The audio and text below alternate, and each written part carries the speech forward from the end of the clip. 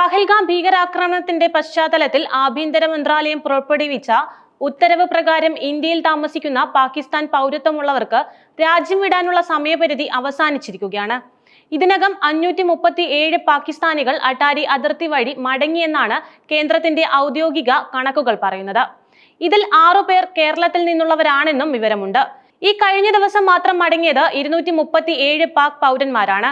ഇന്ത്യയുടെ ഉത്തരവിനുള്ള തിരിച്ചടിയായി പാകിസ്ഥാൻ പ്രഖ്യാപിച്ച മടങ്ങിപ്പോക്ക് പ്രകാരം 850 ഇന്ത്യക്കാർ അട്ടാരി വഴി തിരിച്ചെത്തിയിട്ടുമുണ്ട്. അതേസമയം രാജ്യം വിടണമെന്നാവശ്യപ്പെട്ടുകൊണ്ട് കോഴിക്കോട് 3 പേർക്ക് നൽകിയ നോട്ടീസ് പോലീസ് പിൻവലിച്ചിരുന്നു. കുടുംബമായി ദീർഘകാല വിസയിൽ കേരളത്തിൽ തങ്ങി നിന്നവരാണവർ.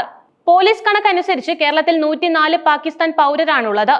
45 പേർ ദീർഘകാല വിസയിലും 55 പേർ സന്ദർശക വിസയിലും 3 പേർ ചികിത്സയ്ക്കായും എത്തിയവരാണ്. ഒരാൾ ജയിലിലാണ്. സന്ദർശക വിസയിൽ എത്തിയ 6 പേരാണ് ഇതിനകം തിരിച്ചുപോയത്. ഇതിൽ തിരുക്കൂർക്കാട് സ്വദേശിയായ മലയാളിയെ വിവാഹം ചെയ്ത പാകിസ്ഥാൻ സ്വദേശിനിയും ഉൾപ്പെടും. ഇവർ സൗദിയിലെ സ്ഥിര താമസക്കാരിയാണ്. മെഡിക്കൽ വിസയിൽ തിരിച്ചു വന്നവർക്ക് തിരിച്ചു പോകാൻ 2 ദിവസത്തെ കൂടി സമയമാണ് നൽകിയിരിക്കുന്നത്. ശേഷിക്കുന്നവരിൽ ഭൂരിഭാഗം പേർക്കും ഉടൻ രാജ്യം വിടേണ്ടി വരില്ല. ദീർഘകാല വിസയുള്ളവർ കണ്ണൂർ, മലപ്പുറം, കോഴിക്കോട് ജില്ലകളിലാണ് കൂടുതലുമുള്ളത്. ഇതിൽ കൊയിലാണ്ടിയിൽ താമസിക്കുന്ന ഹംസ ഉൾപ്പെടെ 3 പേർക്കാണ് കഴിഞ്ഞ ദിവസം പോലീസ് നോട്ടീസ് നൽകിയത്. വടകരയിൽ താമസിക്കുന്ന സഹോദരിമാർക്കും പോലീസ് നോട്ടീസ് നൽകിയിരുന്നുവെങ്കിലും ഇവർ ദീർഘകാല വിസയിൽ താമസിക്കുന്നവരാണെന്ന് തിരിച്ചറിഞ്ഞ സാഹചര്യത്തിലാണ് നോട്ടീസ് പിൻവലിച്ചത്. ഫോണിലൂടെയാണ് നോട്ടീസ് പിൻവലിച്ചതായി അറിയിച്ചത്. കേരളത്തിൽ ദീർഘകാല വിസയിൽ കഴിയുന്ന പാകിസ്ഥാൻ പൗരന്മാരൊക്കെ മലയാളികൾ തന്നെയാണ്. സ്വാതന്ത്ര്യാനന്തരം ലാഹോറിലും കറാച്ചിയിലും മറ്റും കച്ചവടത്തിലും മറ്റും ഏർപ്പെട്ടിരുന്നവരാണ് ഭൂരിഭാഗം പേരും.